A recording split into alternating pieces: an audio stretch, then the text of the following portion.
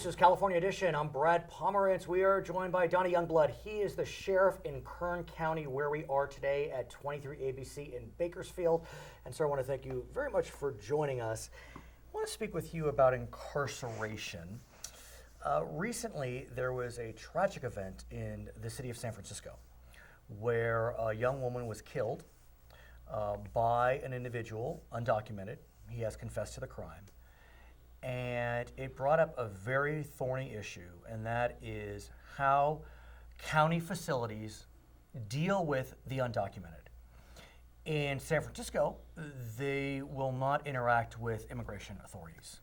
Correct. Where are we in Kern County on interacting with immigration authorities with regard to the undocumented? Well, in California, one of the flaws that we have, we all do it a little bit differently, Right. and that makes it very difficult to be consistent as a state. But Kern County is a pretty conservative county, and the issue is when the 48-hour detainers. Explain. The 48-hour detainers were mandatory. So when ICE would sign a 48-hour detainer, That's immigration. Yes, to hold somebody for 48 hours after we would release them so they could come and pick them up, we would do that. Then the courts started ruling, especially up in Oregon, that was unconstitutional because there was no judicial finding and no legal cause to hold that person for 48 hours. So then it became optional. Even though the statute said that you shall, it became optional. ICE said it was optional, the President of the United States says it was optional, the Attorney General. So now it's up to the sheriff whether you hold them or whether you don't.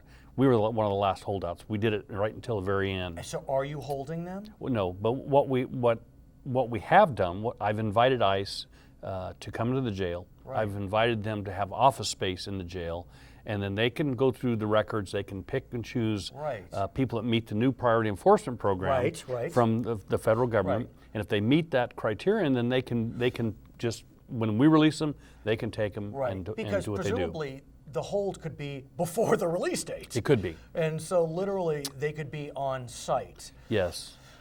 But other counties are not engaged in that practice. That's correct. And so there is a lot of discussion about what should happen as a result of county decisions or city decisions not to allow immigration to get involved. There's discussion about making returning upon deportation a crime that would cause 5 years of incarceration. I'm not sure where that would take us, but discussion about withholding federal funds. What do you make of at least the conversation?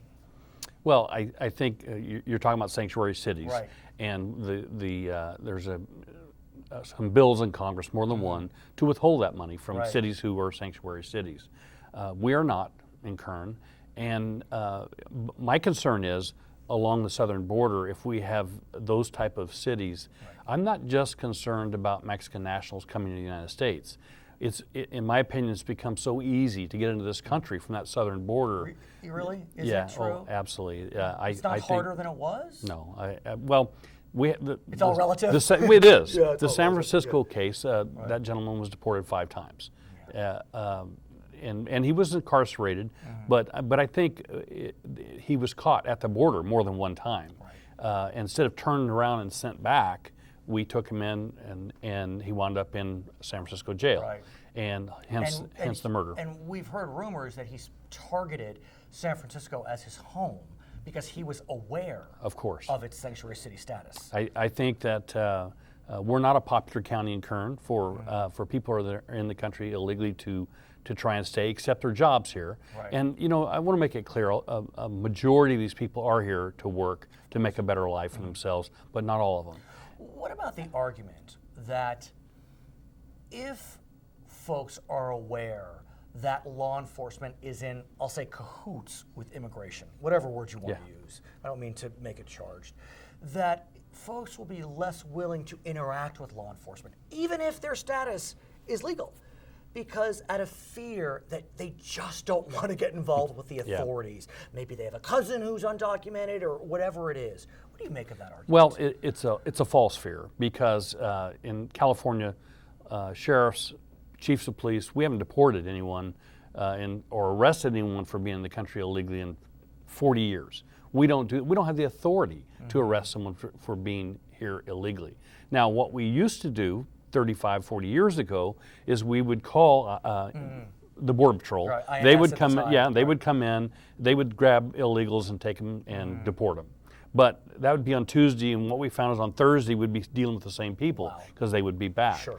And so now people, that fear is built in that we do that, and it doesn't exist. Now, if you come to jail, it might be a different story, Right. depending on what your charge is, and under the new priority enforcement program, Right. depending how many times you've been convicted of a misdemeanor, you could be deported in your jail, but not for reporting a crime and not for living in the community.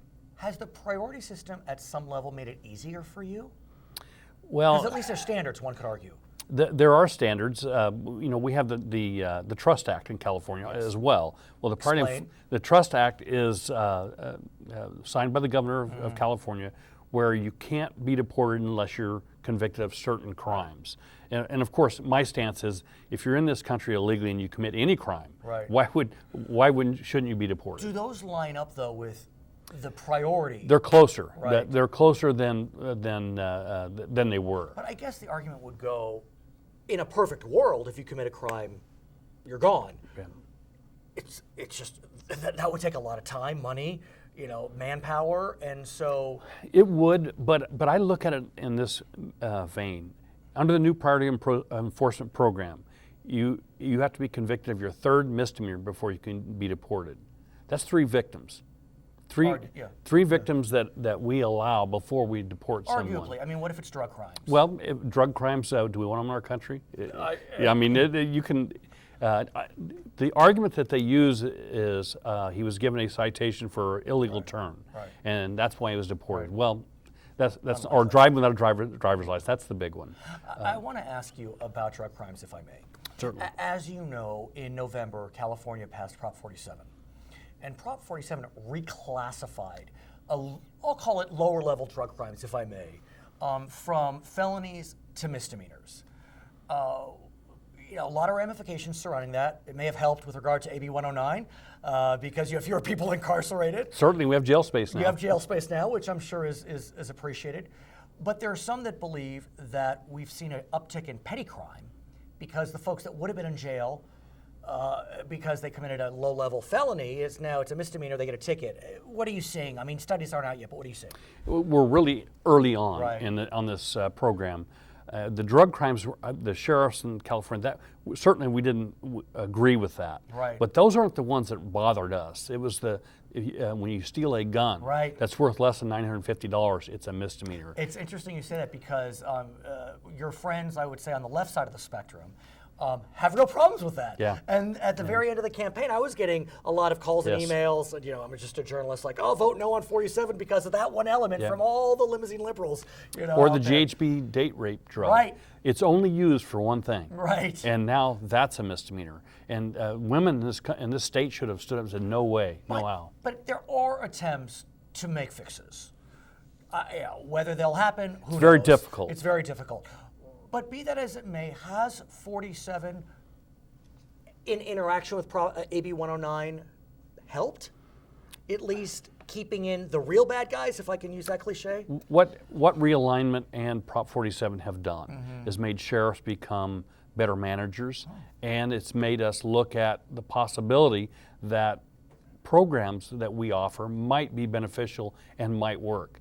And I can tell you in Kern, which is probably the most surprising of all counties, we're seeing some real successes with people that probably would have reoffended. Now, we don't know if they're going to reoffend down the road, but what we do know, I've been to several of their graduations where they stand up and they talk about, for the first time in their lives, someone's really cared about helping them become better, and they didn't want to disappoint the deputy sheriff that helped them do that. His name is Donny Youngblood. He is the sheriff in Kern County. We're at 23 ABC in Bakersfield. I'm Brad Pomerance. It's California edition. Great job. Thanks. That was really